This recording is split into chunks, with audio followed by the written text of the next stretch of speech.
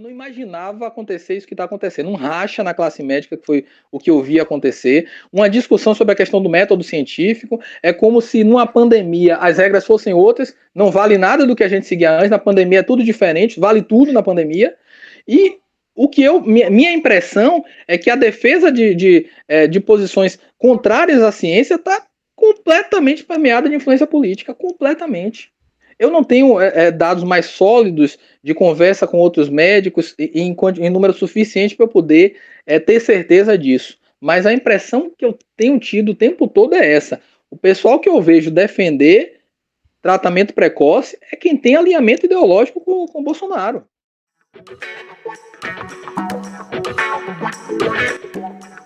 Marcos Paulo é médico infectologista da Policlínica Regional de Santo Antônio de Jesus e dos serviços de atenção especializada em DST-HIV/AIDS de Cruz das Almas e Feira de Santana.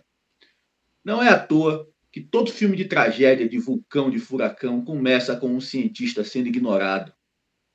Quando a ciência é ignorada, você abre espaço para o que a gente está vendo aí, que é o descalabro, o descontrole e por aí vai. Covid-19, de onde veio, para onde vai? Então, Bruno, começando com essa questão da origem, né, da Covid-19, uma coisa que eu queria citar é que os coronavírus já são velhos conhecidos da medicina, já são muito estudados, bastante estudados já há algum tempo. Não é a primeira vez que a gente vive uma epidemia causada por um coronavírus.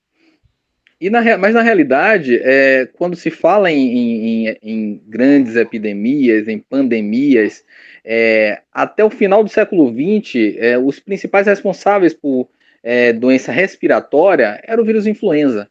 Nós já tivemos várias epidemias provocadas pelo vírus influenza, né? Desde a famosa gripe espanhola, né, em 1918, passando pela gripe de Hong Kong, a gripe asiática na década de 50. Foram muitos os casos já de epidemias que a gente vivenciou provocados pelo vírus influenza. E até o final do século XX, os coronavírus não representavam, não eram considerados como uma ameaça importante para a saúde humana. Nós tínhamos, na realidade, 4 coronavírus diferentes que provocavam doenças em seres humanos. Os coronavírus são muito comuns, na verdade, em mamíferos, em aves, mas nós tínhamos apenas 4 que provocavam doenças em seres humanos. Mas essa doença era restrita a um quadro de infecção respiratória leve, a um quadro de infecção respiratória que atinge as vias aéreas superiores, né, nós chamamos de infecção de vias aéreas superiores, e que popularmente a gente chama de resfriado. Então eram causas comuns de resfriado, os 4 coronavírus que atingiam a espécie humana. Somente já no século XXI foi que a gente conheceu o potencial grave desses vírus. Já em 2002, final de 2002 para 2003, o mundo conheceu uma epidemia, uma grande epidemia, que se tornou na realidade uma pandemia, que foi a SARS, a síndrome respiratória aguda grave, que foi provocada por um coronavírus, por um beta-coronavírus. Essa fez muitas vítimas, essa epidemia tinha uma letalidade considerável. Anos depois, já em 2012, nós vimos também a MERS, que aconteceu na Arábia Saudita, foi a síndrome respiratória do Oriente Médio, também provocada por um beta-coronavírus, também muito perigosa, muito letal, se espalhou também para outros países, embora tenha sido mais concentrada ali na região do Oriente Médio. E então a gente observou, a gente assistiu ao longo do século XXI a gravidade, o quão esses coronavírus podem ser perigosos para a espécie humana. E isso não passou despercebido no meio científico, né? Muitos alertas foram feitos sobre o que poderia vir, o que poderia acontecer no futuro.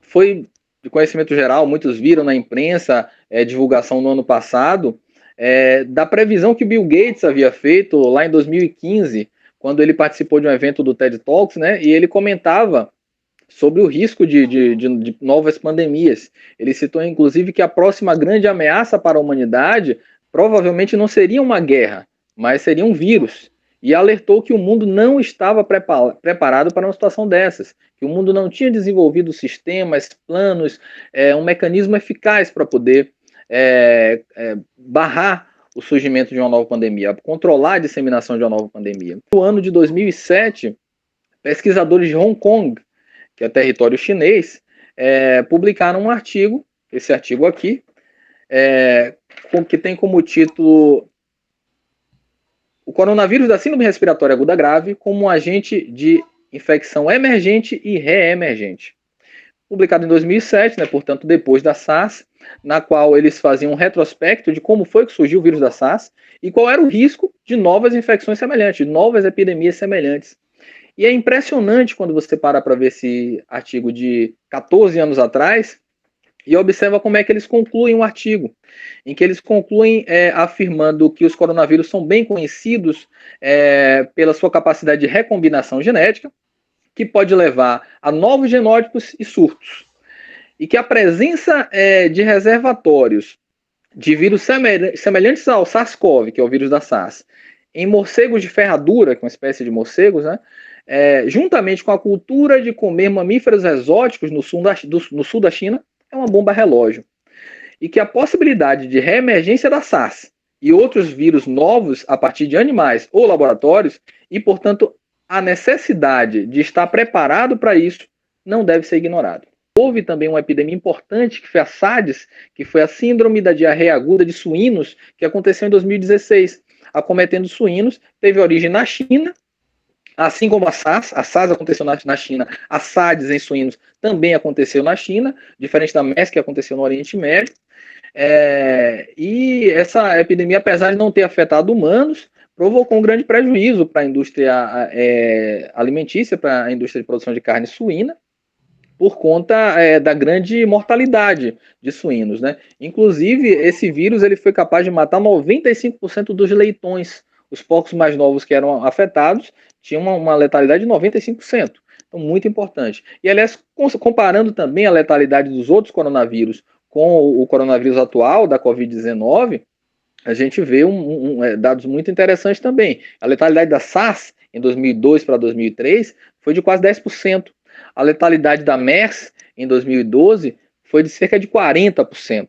Enquanto que hoje, com a Covid-19, embora números oficiais, no Brasil, por exemplo, é 2,8%, na Bahia está em 2,1%, em alguns estudos mostram 2,5%, podendo chegar em alguns lugares a 3%, posto que na realidade a gente considera, como a gente sabe que existe muita subnotificação, a gente considera que a letalidade real da Covid-19 fica em torno de 1%, talvez 0,5% a 1%. E a grande pergunta que muitos podem fazer, por que então que as epidemias anteriores não foram tão graves como a atual? Na realidade, o que acontece é que esses vírus, apesar da alta letalidade, eles não tinham tanta facilidade para se disseminar, diferente da Covid-19. Um dos motivos para isso é que as pessoas infectadas com a SARS ou com o MERS, elas só eram capazes de transmitir o vírus na presença de sintomas, diferente da Covid-19. Então era mais fácil você isolar essas pessoas e impedir que o vírus se transmitisse. No ano de 2009 foi iniciado por iniciativa dos Estados Unidos um programa chamado PREDICT, que significa prever, né, ligado a um órgão governamental norte-americano com o objetivo específico de catalogar vírus em animais com capacidade de serem transmitidos para seres humanos. Vírus que tinham potencialidade de pularem para a espécie humana e provocarem surtos esses que poderiam gerar grandes epidemias, uma vez que são vírus que nosso sistema imunológico não conhecia previamente. E esse programa teve resultados muito interessantes. Esse programa foi descontinuado em 2019, depois de ter identificado cerca de 1.200 vírus diferentes em animais, muitos deles em morcegos, diga-se de passagem, vírus esses com sequências genéticas com semelhanças pontuais em relação a vírus humanos e, portanto, vírus que demonstravam uma possibilidade de evoluírem para infectar seres humanos. Desses 1.200 vírus, 160 vírus eram coronavírus. Marcos Paulo, nesse período de pandemia da Covid-19, a gente ouviu falar muito dessa questão do impacto do ser humano na natureza. O que eu queria te perguntar é o seguinte: é fruto desse impacto do ser humano na natureza, dessa relação, como você colocou aí, da relação alimentícia do ser humano com animais, digamos, exóticos, né, como você coloca, ou é um caminho inevitável? Essa guerra com vírus, a guerra com bactéria, com vírus, é um caminho inevitável na relação da natureza em si. independente de colocar o ser humano no centro. É guerra, não tem por de correr, ou é a gente que está fazendo isso mesmo? Porque às vezes tem uma tendência purista de quem defende isso, essa ideia de esse argumento, né? Ah, é o impacto da natureza do ser humano que está fazendo isso com a natureza. E aí eu digo, e aí eu pergunto também, então nesse caso, os vegetarianos e veganos têm razão? Então, Santiago, na realidade, essa guerra que você citou, nesse conflito entre nós, ditos animais superiores, né? Na verdade, todos os animais de grande porte, mas particularmente a espécie humana, com a microbiologia, né, com os germes microscópicos, vírus, bactérias, isso sempre existiu, sempre vai existir. Isso, obviamente, traz seus riscos para a nossa espécie, mas a forma como a gente se comporta influencia diretamente isso. A gente pode catalisar ou não essa interação maléfica a depender das nossas ações. E não é só a questão alimentar, Santiago. Eu estava lembrando aqui de situações, por exemplo, em localidades em que houve, aqui na Bahia, inclusive, localidades em que houve desmatamento para a construção de habitações humanas e que passou a haver surto e passou a haver surgimento importante em áreas residenciais de barbeiro causador transmissor da doença de Chagas. Porque o que acontece? Não é só a questão alimentar e não é somente essa questão inevitável que você citou, mas o fato quando a gente rompe uma barreira nova, uma barreira nova, quer dizer, rompe uma barreira que existia de distanciamento entre as espécies, a gente acaba nos expondo aos vírus, bactérias, aos germes que fazem parte, que convivem com aquela espécie. Então, uma determinada espécie, o próprio barbeiro, por exemplo, que já convive com Trypanosoma cruzi, a tendência é que o organismo dele já esteja adaptado a conviver com esse protozoário, mas o nosso organismo não. Então, a partir de a gente passa a ter esse contato, isso pode acontecer. Isso já aconteceu muitas vezes na história da humanidade. O HIV, por exemplo, a teoria mais provável é que ele veio de macacos. Então, em algum momento, a gente passa a ter contato com um novo ambiente, a gente passa a ter contato com um novo microbioma, que nosso organismo não conhecia, que nosso sistema imunológico não conhecia, e a partir daí isso traz problemas para a gente. Então, a questão alimentar, sim, lógico que pode ser uma via para esse contato, mas não é só isso. A gente passa a invadir um hábitat novo, tanto pelo fato de a gente adentrar esse hábitat, quanto pelo fato de a gente restringir as espécies que circulam, restringir o espaço das espécies desse hábitat. E elas passam a se ver obrigadas a migrar e invadir o nosso espaço. Então, esse contato entre diferentes espécies da microbiologia é algo que traz risco para a gente. Uma questão que me inquieta bastante, me preocupa bastante, é a questão das novas variantes. Primeiro, te perguntar se as novas variantes são mutações e, sendo ela mutação, se as vacinas que nós temos são capazes de barrar as novas variantes, porque a vacina ela foi programada para o vírus, digamos assim, para a versão original, né? E ao longo do tempo foram surgindo mutações. O que a ciência pode responder hoje, no sentido de que, primeiro, novas variantes são mutações. Segundo, as vacinas que temos são capazes de barrar essas novas variantes? Então, a questão do surgimento de novas variantes, isso acontece com a evolução natural dos vírus, né? Isso acontece, não é exclusivo do coronavírus, o vírus influenza também, novas variantes estão surgindo o tempo todo. O que acontece? No processo de multiplicação, seja de uma célula, no nosso caso, os vírus não têm células, mas as próprias subunidades virais, à medida que elas vão se multiplicando, eles precisam copiar o seu material genético, né? Nesse momento em que ele copia o material genético, erros podem acontecer. Esses erros são raros, se você considera individualmente cada replicação. Mas na dimensão em que esses seres se multiplicam, as mutações vão acontecendo e vão se acumulando. Então, o acúmulo dessas mutações é o que vai gerar novas variantes. Algumas dessas mutações vão gerar partículas defeituosas que não vão progredir, que não vão permanecer. Mas outras mutações aleatórias podem conferir características específicas para esses vírus, características especiais que podem deixá-los, por exemplo, mais infecciosos, podem deixá-los mais letais, ou podem fazer com que ele encontre um equilíbrio melhor com o hospedeiro. A tendência na natureza é que evolua para esse equilíbrio, mas isso ocorre de forma aleatória. Então, até que esse equilíbrio ocorra, o risco é que haja mutações mais nocivas. Então, na verdade, acontecem em decorrência de mutações, sim.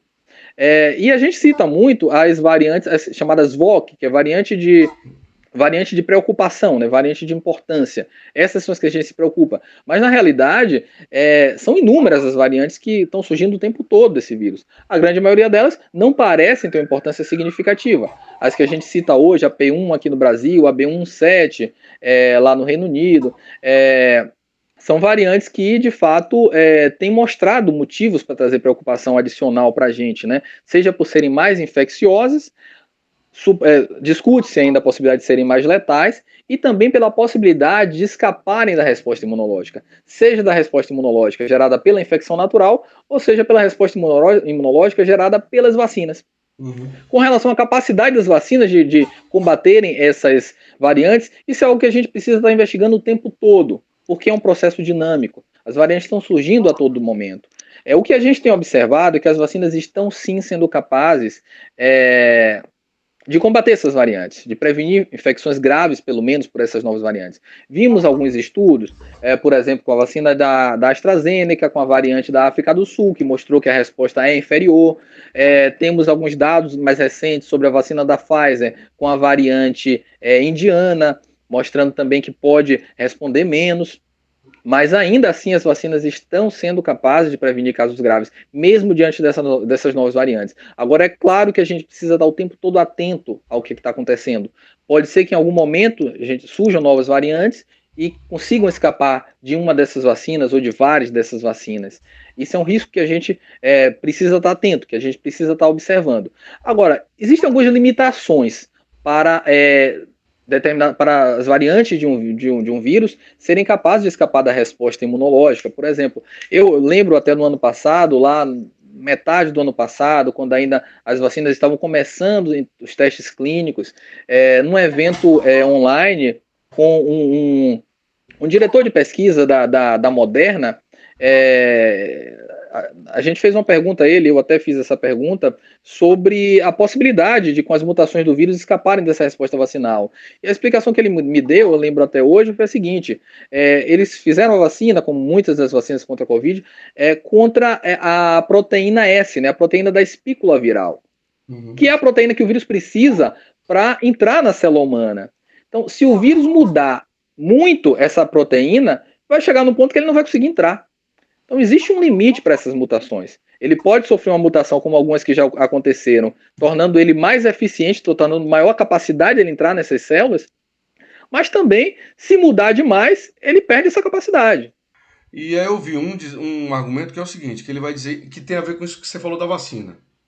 Que o argumento dele é: por que não usar a cloroquina como uma possibilidade e, ao invés de usar a cloroquina, permitir-se se arriscar a usar a vacina, sendo que a vacina pode, isso é o argumento deles, viu, pelo amor de Deus, que a vacina pode não ter o efeito desejado, porque as variantes podem desviar. A pergunta é, esse argumento tem alguma plausibilidade? Mas a primeira pergunta que é a mais importante. Onde a cloroquina, de verdade, eu não entendo, não sei mesmo, por que a cloroquina entra nessa história? Por que ela começa, inclusive com uma possibilidade mesmo, lá no começo a gente viu isso. Pelo menos eu vi vídeos de governadores dizendo a possibilidade, porque era um estudo que estava sendo feito. Como a cloroquina entra nessa história, e se tem plausibilidade esse argumento de que o tratamento precoce com a cloroquina é um risco, mas a vacina também é um risco e talvez seja maior. É isso. Ou seja, eu queria começar pela segunda parte da pergunta, que eu acho que talvez seja mais rápido. Em relação às vacinas, a gente tem algumas tecnologias que a gente está utilizando, como a tecnologia da vacina da Sinovac, né, da Coronavac. É uma tecnologia de vírus inativado. Ou seja, eles pegam o vírus e acabam com a capacidade de multiplicação do vírus, utilizam meios físicos, químicos, para deixar esse vírus incapaz de se multiplicar, e inocula esse vírus nas pessoas. é a mesma tecnologia que a gente usa com várias outras vacinas que a gente já conhece, e que, portanto, só faz mudar as proteínas que estão ali presentes, na estrutura viral que está ali presente, mas que não é capaz de se multiplicar, não tem nenhuma viabilidade ali para provocar a doença. Vacinas como as vacinas de vetores, que é o caso da AstraZeneca, é o caso da Sputnik, é o caso da Janssen, são tecnologia mais recente, mas que já vem em estudo há muitos anos, há alguns anos já. A vacina contra o Ebola foi desenvolvida com essa tecnologia. Já existem outras vacinas aí que já estão em teste há muito tempo com essas vacinas. Então, não são tecnologias totalmente desconhecidas da gente. E outra coisa, o que está se utilizando ali? Um adenovírus, que não é capaz de provocar doenças em seres humanos, inclusive porque ele não é replicante. Algumas utilizam adenovírus humanos, outras utilizam adenovírus de outros animais, mas não são replicantes, eles não têm capacidade de escapar ali e começar a se multiplicar. O que tem de mais diferente que a gente está utilizando é a tecnologia da Pfizer, da Moderna, que é a tecnologia de RNA. O que é que eles pegam? O material genético de RNA do vírus, de RNA mensageiro, ou seja, onde produz proteína, é a partícula que produz proteína, coloca dentro de um composto lipídico que vai entrar nas células. Esse RNA viral, ele não contém a informação de todo o vírus, ele contém a informação para produzir uma proteína específica, ou seja, ele não tem capacidade de gerar um vírus inteiro ali. Então, é uma tecnologia nova? Sim. A gente tem que estar atento para efeitos colaterais disso, como que o organismo vai reagir diante disso? Sim. Mas, apesar da velocidade com que essas vacinas foram desenvolvidas, o foco do mundo inteiro, de todo o meio científico na produção dessas vacinas, e a atenção dada para a questão da segurança, não foram negligenciados. Não dá para a gente, é difícil a gente poder imaginar que essas tecnologias que a gente utiliza possam causar qualquer problema mais sério. Existe a limitação de tempo, a gente está usando essas vacinas há pouco tempo. Agora, eu lembro outra coisa, da mesma forma que muitos reclamam do pouco tempo para desenvolver essas vacinas, ninguém reclamaria de um medicamento, por exemplo. Se você vai no seu gastroenterologista, ele passa um medicamento, esse medicamento é novo para gastrite, é melhor do que os outros. Ninguém reclama, não, doutor, esse remédio aí tem pouco tempo de uso, eu não quero usar, não. Eu vou esperar daqui a 10 anos para usar esse remédio. Ninguém faz isso, pô.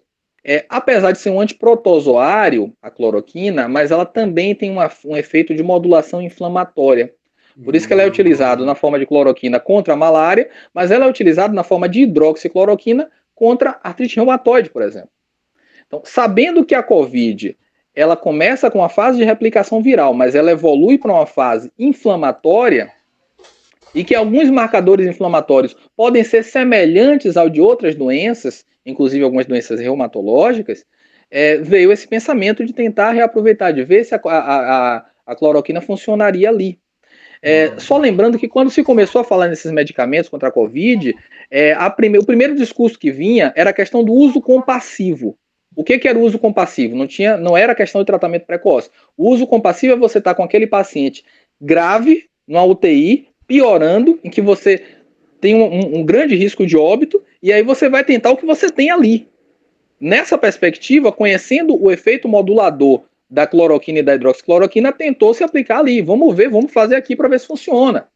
Isso quando a gente ainda tinha poucos estudos. Isso quando a gente ainda não tinha certeza de qual o potencial que essa droga poderia ter. Mas aí entrou também uma questão política, né? O presidente dos Estados Unidos foi o primeiro a tornar público aí essa defesa da cloroquina e da hidroxicloroquina. Isso acabou sendo reproduzido em outros lugares, inclusive aqui no Brasil. E talvez essa questão política tenha estimulado muitas pesquisas com a cloroquina e hidroxicloroquina. Tanto que muitos estudos começaram a sair. E os melhores estudos, os grandes estudos feitos com a cloroquina mostraram um resultado negativo. Não apresentava redução de mortalidade, que é o que mais interessa, não apresentava redução de evolução para casos graves, nem mesmo de tempo de internamento hospitalar.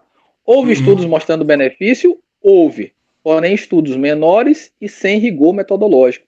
Isso é uma coisa importante também. Na verdade, essa pergunta que você me fez é bem extensa, mas você sinta à vontade para interromper a qualquer momento. Quando a gente faz um estudo para avaliar a eficácia de um medicamento, o resultado que a gente vai obter é muito dependente de quanto que você consegue controlar as diferentes variáveis envolvidas ali. de quanto que você consegue proteger o seu estudo de diferentes vieses.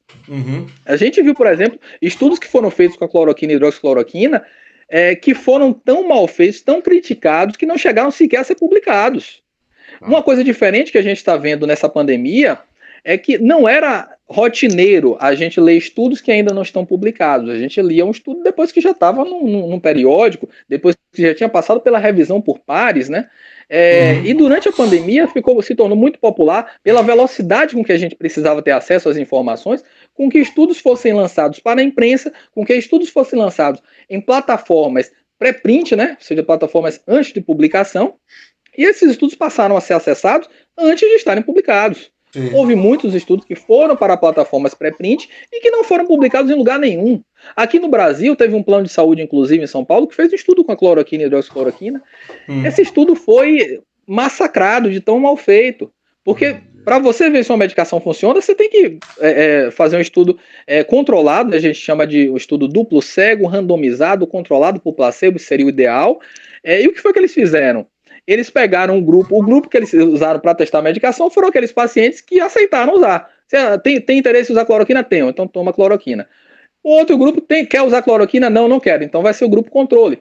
Isso não existe, porque tem muitas variáveis aí. Se o seu controle é aquela pessoa que não aceitou usar a medicação, pode ter vários motivos aí. Por que ele não aceitou usar? Pode ser simplesmente porque não está preocupado com a saúde dele, pode ser simplesmente porque não quer se cuidar, e aí essa pessoa talvez não vai procurar atendimento, a não ser quando vê que vai morrer. Isso que Marcos Paulo falou, essa reação diante da cloroquina, é o que se chama de pós-verdade. Né? A verdade não importa mais. O sujeito se apega a uma convicção e ele vai procurar qualquer justificativa que confirme a sua ideia. Então, ele vai pegar um estudo científico falho para contradizer estudos científicos feitos com rigor metodológicos, desde que os falhos justifiquem o que ele pensa. Então, a pós-verdade é isso. Então, Bruno, eu queria citar, abrindo um parêntese aí para um comentário ilustrativo, mas bem humorado, tem uma piada que se conta em que pesquisadores de um outro país, eu não vou citar qual é esse país, porque a gente tem costume de fazer muitas piadas com eles, mas eles também fazem da gente, eles estavam estudando aranhas, e aí para ver o que acontecia quando se removia as patas de uma aranha. E aí tirava a primeira pata e dizia, anda aranha, a aranha dava. Tirava a segunda pata, anda aranha, a aranha dava. E aí tirando uma por uma, depois que tirava a última pata, a oitava, né, a aranha não andava. E aí eles concluíram o estudo. Após remover a última pata, a aranha fica surda. E aí... Isso aí. Ilustra, Marcos, ilustra. É isso aí. É isso. Se você faz um estudo que não segue um rigor para afastar o máximo possível os viés que podem ser encontrados ali, de repente você vai encontrar aquilo que você quer encontrar. Rapaz, sim, você vai tirar o estudo e vai mostrar aquilo que você quer. Essa piada é perfeita. Ela diz muito do que a gente está vivendo aí nesse debate a respeito da cloroquina, o tratamento precoce. Pergunta aí, Bruno, tem alguma coisa mais uma pergunta a ele? Vai lá. Sim, eu tive Covid em janeiro, já falei isso em outras vezes, e me tratei com acompanhamento médico com pudim e Coca Zero. Então, foi menos arriscado. Porque assim, bicho, o que o médico me falou? Eu fiz o exame, fiz o teste, deu positivo. Ele falou, cara, você tá bem, minha saturação estava boa, consegui um oxímetro emprestado. E ele disse assim, velho, se o seu oxímetro der, acho que 96 até 97, aceitável, pode me corrigir, vem para o hospital. Até lá, você vem se sentir alguma coisa mais séria.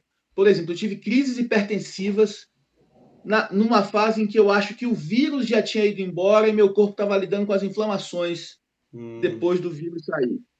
Pelos números de dias, o médico falou que acreditava que o vírus já tinha saído do meu corpo e que ali era só um resquício. Eu brinco que a Coca Zero e o pudim foi mais seguro porque não me causaram risco de taquicardia. Né? Mas vamos lá. Marquinhos, 2 perguntas a você, baseado na resposta, em tudo que você falou. Quem já teve Covid está imunizado? E a segunda, que se relaciona, existe uma chance, caso a Copa América ocorra, ela está no meio, o Brasil aceitou, mas pode ser que algumas seleções boicotem, então a gente está num momento de incerteza em relação a isso. Pode haver uma gincana das novas variantes? Por exemplo, os uruguaios virem para cá e pegarem a variante P1 do Brasil e uma variante que eu não sei se exista, mas do Equador e da Colômbia. Aí os argentinos, aí ele vai chegar lá e dizer assim, rapaz, olha para aqui, eu trouxe 4 variantes para a gente contaminar o nosso povo aqui. Você trouxe quantos? Ah, bicho, eu trouxe 5. Né? Como é que você vê isso?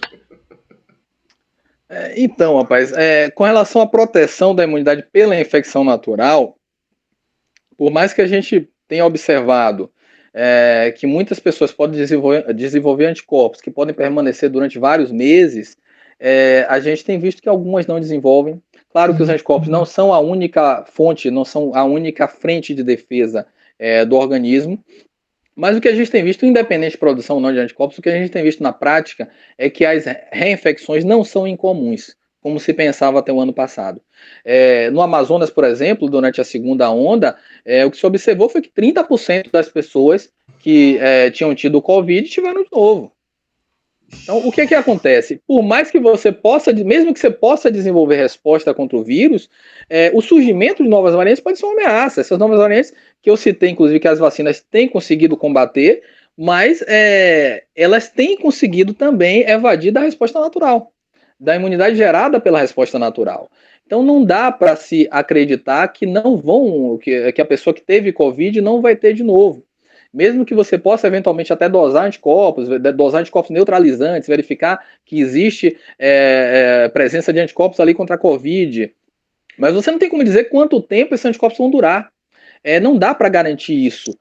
Inclusive, esse é um motivo até que justifica o porquê que aquele argumento, que aquela ideia que muitos atribuem, inclusive atualmente na CPI da pandemia, que teria sido defendido por alguns, inclusive supostamente do governo federal, não tem sentido. Não tem sentido.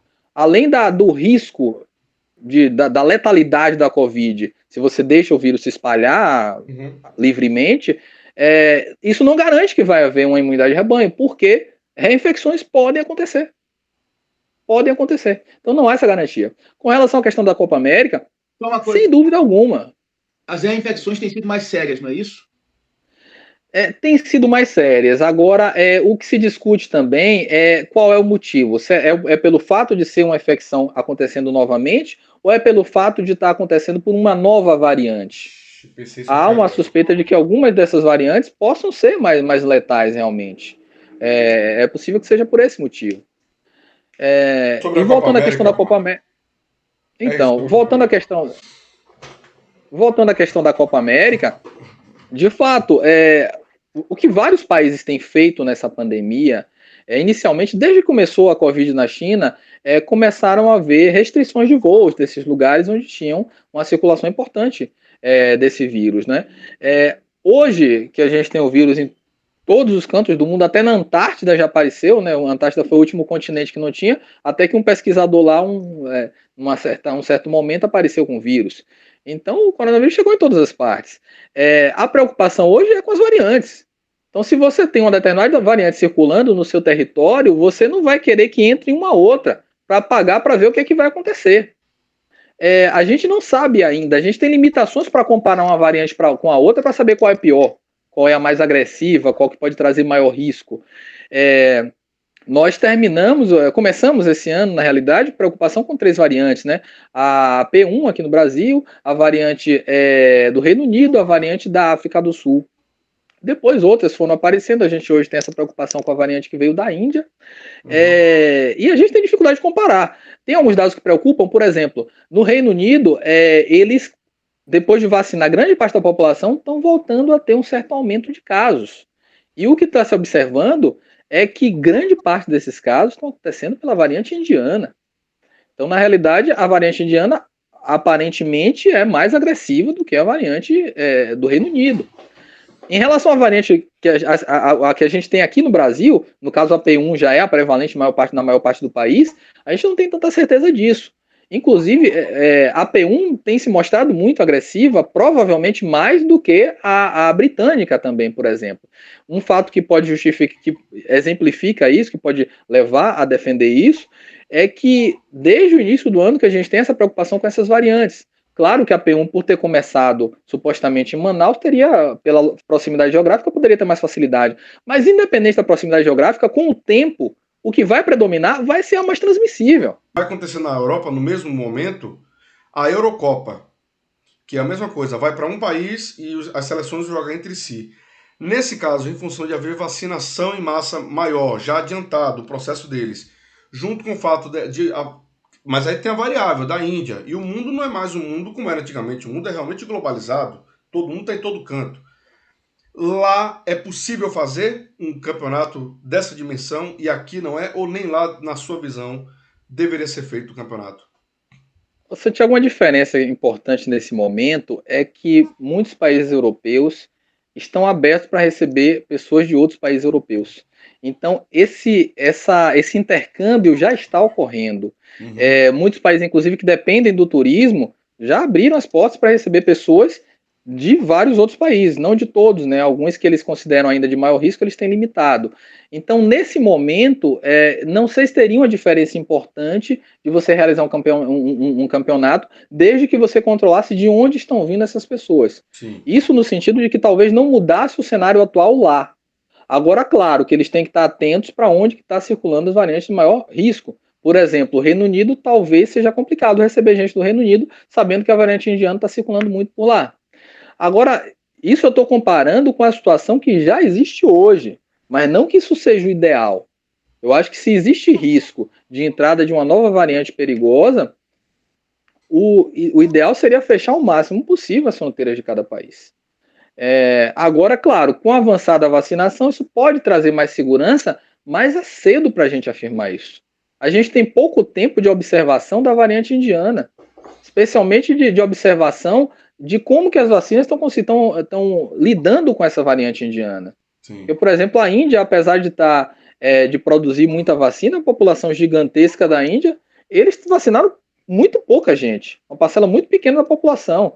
Então não dá para a gente usar a experiência da Índia para saber se as vacinas vão funcionar ou não. A gente tem que observar agora o que está acontecendo em outros lugares, como no Reino Unido, por exemplo. Será que eles vão conter uma disseminação, ou melhor, já está se disseminando, né? Mas será que eles vão manter o controle da pandemia mesmo com a chegada da cepa indiana? A gente precisa observar isso. Então o ideal é que eventos desse tipo não fossem realizados agora, né? Muito embora eu acho que a nossa situação aqui é ainda mais grave, porque a gente vacinou muito pouco. Eu tenho me comportado como se eu não tivesse tido Covid em relação a saber que posso pegar de novo. Esse é o comportamento mais adequado para quem já teve. É isso? Sim, com certeza, Bruno. A gente não tem como relaxar nas medidas de prevenção por todos esses motivos. Reinfecções existem, novas variantes estão aparecendo, a eficácia das vacinas, embora elas tenham se mostrado boas para combater casos graves, mas a eficácia global para impedir transmissão viral não é das vacinas que a gente tem usado até o momento, a maior parte do país, não são tão altas quanto a gente gostaria. Então, por mais que uma pessoa vacinada, a gente espera que ela não vá desenvolver um quadro grave de Covid, mas existe o risco dela transmitir para outra pessoa. Então, por todos esses motivos, a gente precisa manter os cuidados, sim. Eu fui buscar na internet eu não sei exatamente como é o nome desse... Um protocolo. Um protocolo do Ministério da Saúde de Cuba.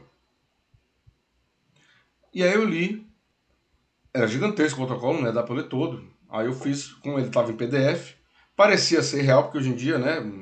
Não dá pra confiar em tudo, mas parecia que era real, que era legítimo. E aí fiz a busca pelo nome, cloroquina, lá no PDF.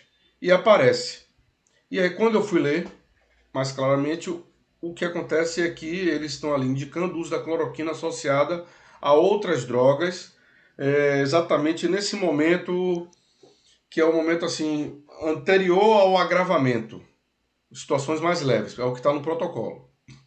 Eu tenho uma pessoa que eu conheço, que é de lá de Cuba, nascido lá, mora lá, Eu perguntei a respeito, ele confirmou que o governo cubano, de fato, o Ministério da Saúde está fazendo uso da cloroquina. A pergunta é a seguinte: Cuba, mesmo para quem não tem um alinhamento ideológico com o país, no que diz respeito à questão política, considera Cuba uma referência na medicina. Eu já vi pessoas que não têm alinhamento, tendo Cuba como referência. Como é que a gente fica nessa hora? Até mesmo para quem se opõe ao governo Bolsonaro, também em função disso, da questão do comportamento dele, de alicerçar a ideia da cloroquina. Imagina como é que fica uma pessoa que pensa à esquerda e que tem um alinhamento com Cuba, porque não é todo mundo que pensa à esquerda que tem alinhamento com Cuba, mas o que tem alinhamento com Cuba, para defender aquilo e para não defender, a pessoa fica imaginando um sujeito ali, o pobre coitado de esquerda, o militante torto nessa hora, tendo que botar peneira, né, para tapar o sol. Como é que fica, Marcos?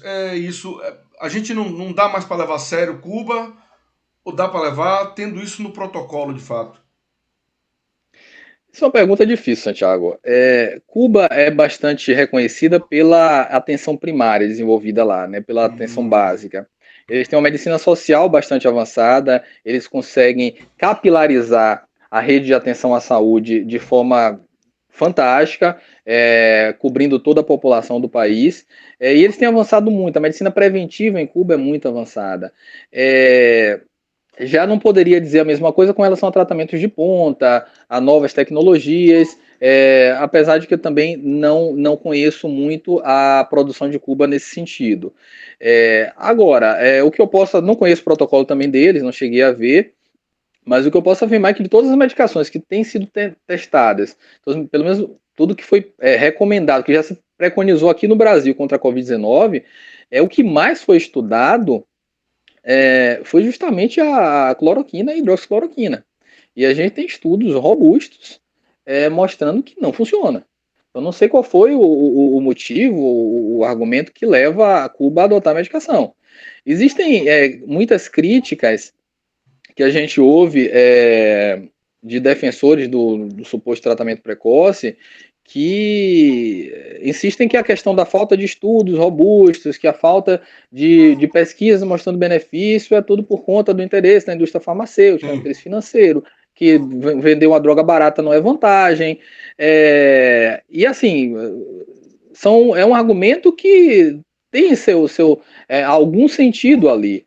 Agora, o que fala contra essa ideia é que a primeira medicação reconhecida mundialmente como eficaz contra a Covid-19 foi a dexametasona, que é um corticoide amplamente utilizado, barato, que você tem genérico no Brasil hoje e que você não tem dificuldade nenhuma de adquirir. Então, como é que pode? Porque será que são só medicações caras que vão aparecer porque não há quem financie as medicações mais baratas? Como que a gente chegou nisso? Claro que assim, o primeiro estudo que mostrou a eficácia da dexametasona foi feito pela Universidade de Oxford, né? Foi no estudo do Recovery, fundamental, né? A Universidade de Oxford tem ajudado bastante nesse sentido. Mas assim, é possível, assim, isso mostra que é possível fazer estudos, mesmo com medicações baratas, mostrando benefício. A questão da cloroquina, aqui na Bahia particularmente, eu tenho ouvido muito pouco a discussão na atualidade sobre a cloroquina. O que eu percebi é que os médicos deixaram um pouco de lado à medida que várias evidências foram surgindo contrárias ao uso da cloroquina. Eu vejo muito discurso hoje com relação a outros medicamentos, né? Ivermectina, nitazoxanida, medicações essas que a gente não tem evidências tão robustas para dizer que não funciona. Também não tem dizendo que funciona, né? Mas a gente não tem nada que embase o uso dessas medicações. Cloroquina eu não tenho visto. Agora realmente não é difícil, eu não saberia explicar qual a posição de Cuba, não sei se do Ministério da Saúde lá, se eu não me engano você falou que foi do Ministério da Saúde, né? Para poder recomendar. Mas assim, pelas evidências que a gente conhece hoje, internacionais inclusive, não tem sentido se utilizar a cloroquina. E com relação até aos outros medicamentos que têm sido recomendados com essa proposta de tratamento precoce, por mais que a maioria deles, a conclusão de análise da Organização Mundial de Saúde, por exemplo, é de falta de evidências, né, de que não é possível recomendar ou não o uso da medicação, e por esse motivo eles orientam que seja usado somente em protocolos de pesquisa, mas a questão existe aquele pensamento também, aquela defesa que muitos médicos, muitas pessoas fazem, que se há uma esperança de que funcione, no sentido de que não há nada provando que não funciona, então vale a pena utilizar. Mas não é por aí. Qualquer medicamento tem seus efeitos colaterais, qualquer medicamento pode ter os seus riscos. Com relação à ivermectina, por exemplo, a gente tem visto relatos de hepatopatias, né, de hepatite medicamentosa grave, inclusive pessoas que precisaram de transplante hepático por conta supostamente da ivermectina. Então não é bem por aí. Outra questão, uso de corticoide. Eu não citei muita coisa aqui sobre a minha experiência com a Covid, mas eu recebi muitos pacientes com Covid que tinham passado por outros médicos usando corticoide. Corticoide eu acabei de citar, que mostrou benefício de redução da mortalidade em casos graves, em pessoas internadas e com necessidade de uso de oxigênio. Mas aí o que acontece? Muitos médicos resolveram extrapolar e botaram corticoide no tratamento precoce. Só que aí qual é o problema? O corticoide é uma medicação que tem ação anti-inflamatória, mas também é uma medicação que tem ação imunossupressora. Então, se você usa o corticoide no paciente que está inflamado, você espera reduzir essa inflamação e diminuir a mortalidade. Se você usa o corticoide no início do quadro, quando o organismo precisa combater o vírus, você pode ter o outro efeito do corticoide, você pode estar inibindo a imunidade da pessoa e permitindo que o vírus se multiplique. Ou seja, você pode agravar o quadro do paciente. E os médicos estavam fazendo, muitos fizeram isso, cansei de ver receitas de paciente em início de tratamento com corticoide. Anticoagulante mostrou benefício também de redução de tromboembolismo, né, redução de formação de coágulos no paciente grave. A gente sabe que a Covid pode provocar isso. O benefício foi identificado em pessoas internadas, seja anticoagulação profilática, em dose baixa de prevenção, seja terapêutica, para aqueles pacientes com evidência de eventos trombóticos já presentes. Agora, qual é a questão? Isso foi evidenciado em pacientes graves. Só que a Covid, ela aumenta o risco de trombose, mas ela também aumenta o risco de sangramento. Aumenta mais o de trombose do que de sangramento. Só que aí um paciente que não precisa de anticoagulante, você dá anticoagulante para ele, o que é que acontece? Você aumenta o risco de sangramento dessa pessoa. E é uma irresponsabilidade isso. Outra questão, o uso de antibiótico. Muitos colocaram também antibiótico aí no meio do tratamento da Covid. Antibiótico funciona contra a bactéria. Tem estudo no laboratório mostrando que a azitromicina inibe vírus. Ok. Não tem em pessoas. Não tem nenhuma evidência que em pessoas você consegue tratar a infecção viral com antibiótico. E aí as pessoas dão antibiótico para a Covid. Pode não ter nenhum efeito colateral naquele momento, pode não ter nada grave. Qual é o problema? Principalmente a gente na infectologia vive batendo numa tecla há muitos anos, que é com relação ao risco da resistência microbiológica, da resistência bacteriana. Então, se a gente está usando hoje antibiótico em larga escala para tratar uma doença que não tem evidência de que responde a antibiótico, o risco que a gente corre é desenvolver resistência bacteriana e daqui a alguns anos a gente não poder usar esse antibiótico para tratar mais nada. Exato. É esse caminho que a gente está correndo. Então não é aquela coisa, não tem evidência, não tenho nada para usar, eu vou usar isso aqui porque se não fizer bem também não vai fazer mal. Isso não é verdade. Mas quando se começou a se falar em tratamento precoce, aquele grupo de médicos começou a se juntar, aqueles que inclusive assessoraram, né, supostamente o presidente da República, citaram por aí. O primeiro exemplo, a primeira vitrine do tratamento precoce foi um município do interior de São Paulo chamado Porto Feliz. Esse município, eu comecei a acompanhar os dados de lá, e aí eu olhava os municípios vizinhos e não via diferença nenhuma. Porto Feliz se gabava em dizer que implantaram tratamento precoce desde o primeiro caso de Covid. Eu olhava a mortalidade lá, nenhuma diferença da região. Claro que quando eles começaram a divulgar, é porque a Covid ainda não tinha invadido o interior de São Paulo, estava muito na capital. E aí hoje, eu fui olhar esses dados de ontem, Porto Feliz. Porto Feliz tem uma mortalidade hoje por Covid de 181,64 por 100 mil habitantes. 181,64. É uma mortalidade, por exemplo, inferior à do Brasil, que é de 223,4 por 100 mil habitantes. É inferior à do estado de São Paulo, que é 247 por 100 mil habitantes. Mas é superior, por exemplo, à da Bahia, que é 144,6 habitantes. Porto Feliz é uma cidade de 50 e poucos mil habitantes, 54 mil. Comparando com cidades um pouquinho parecidas de tamanho, eu coloquei aqui, por exemplo, Santo Amaro com 60 mil habitantes. Santo Amaro tem uma taxa de 119,86. E tá morrendo gente pra caramba em Santo Amaro. 119,86. Porto Feliz tem 181. Cruz das Almas, também é uma cidade de 60 e poucos mil habitantes, 77,48. contra 181 em Porto Feliz. Claro que assim, são realidades diferentes, são cidades que podem ter um perfil demográfico diferente, a circulação de vírus pode ser diferente. Isso. Mas eu peguei só para ilustrar. Outra situação, Itajaí e Santa Catarina, que eles gastaram dinheiro com ivermectina, montaram centro de distribuição de ivermectina. Itajaí tem uma mortalidade hoje de 278,78, que é superior ao estado de Santa Catarina, que é 215,8 por 100 mil habitantes. Ou seja, cadê o efeito desse tratamento precoce? A gente criou uma situação com o envolvimento político disso tudo que mexe com os ânimos. E me interessa particularmente às vezes falar disso, eu me empolgo às vezes falando disso, porque eu fico revoltado com tanta coisa que eu vi, bicho. Rapaz, o que eu vi de ataque a médicos, inclusive, de muitos médicos serem esculhambados em rede social por não aceitar tratamento, não recomendar tratamento precoce. A Sociedade Brasileira de Infectologia foi acionada pelo Ministério Público de Goiás, se não me engano, quando emitiu um documento recomendando não usar cloroquina. O presidente da Sociedade Brasileira de Infectologia foi atacado em redes sociais. Teve pesquisadores em Manaus que fizeram estudo com cloroquina e aí testaram doses diferentes e o que eles viram foi aumento de mortalidade. Esses caras sofreram até ameaça de morte, velho.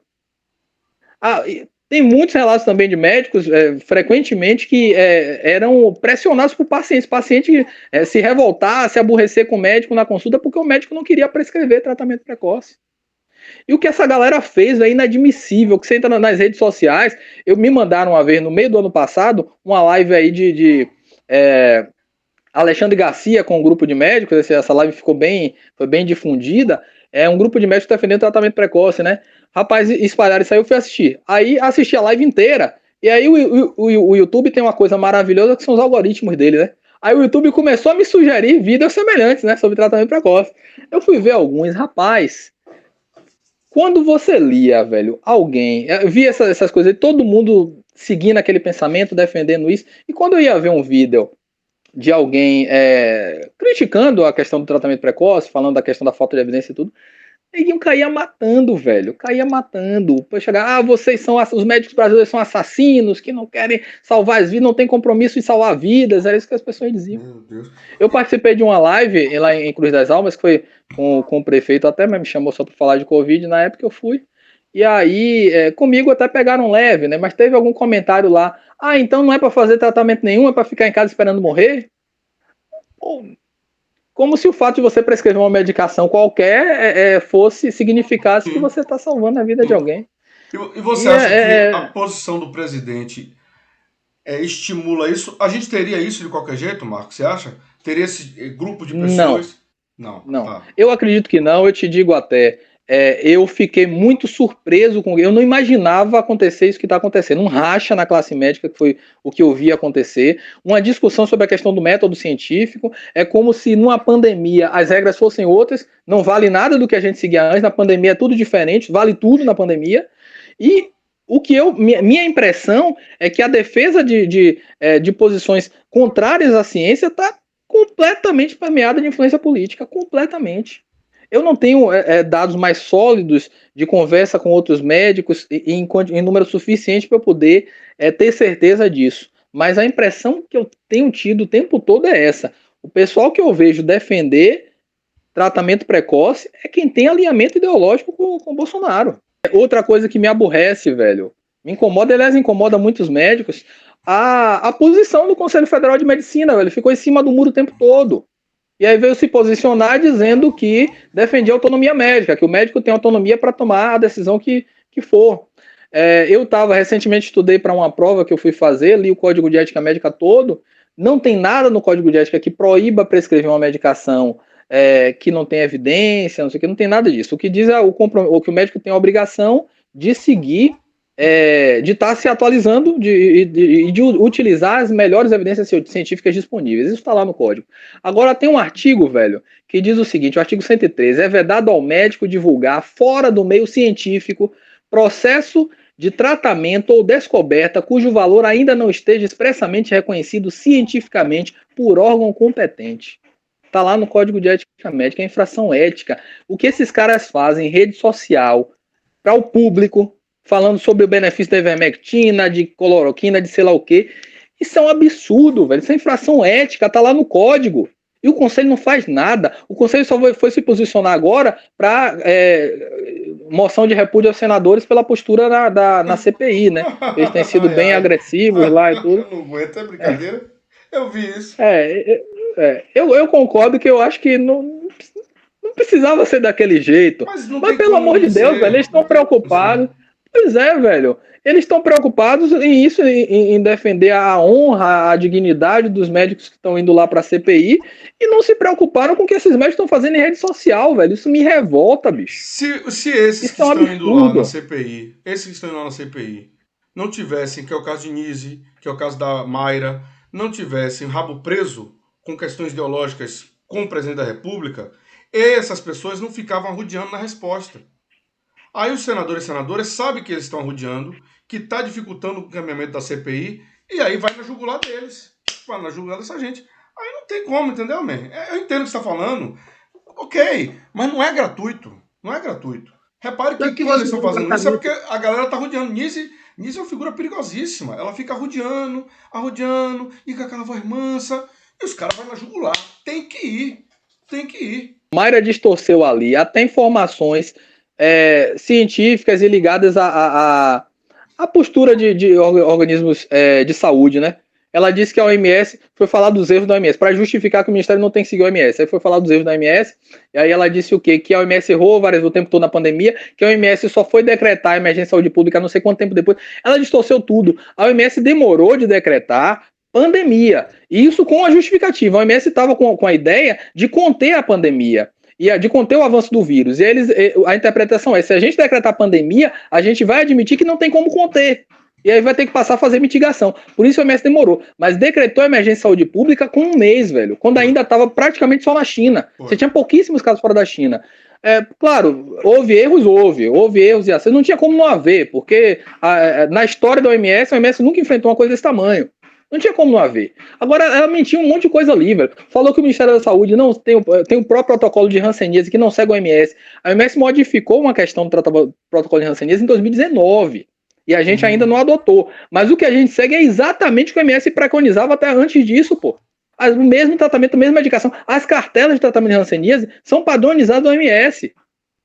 E aí ela vem inventar mentira lá, distorcer tudo para dizer que o Brasil não tem a obrigação de seguir o OMS, velho. Isso aqui é um absurdo, velho. Ela distorceu um monte de coisa lá, velho, para justificar a posição dela. É revoltante.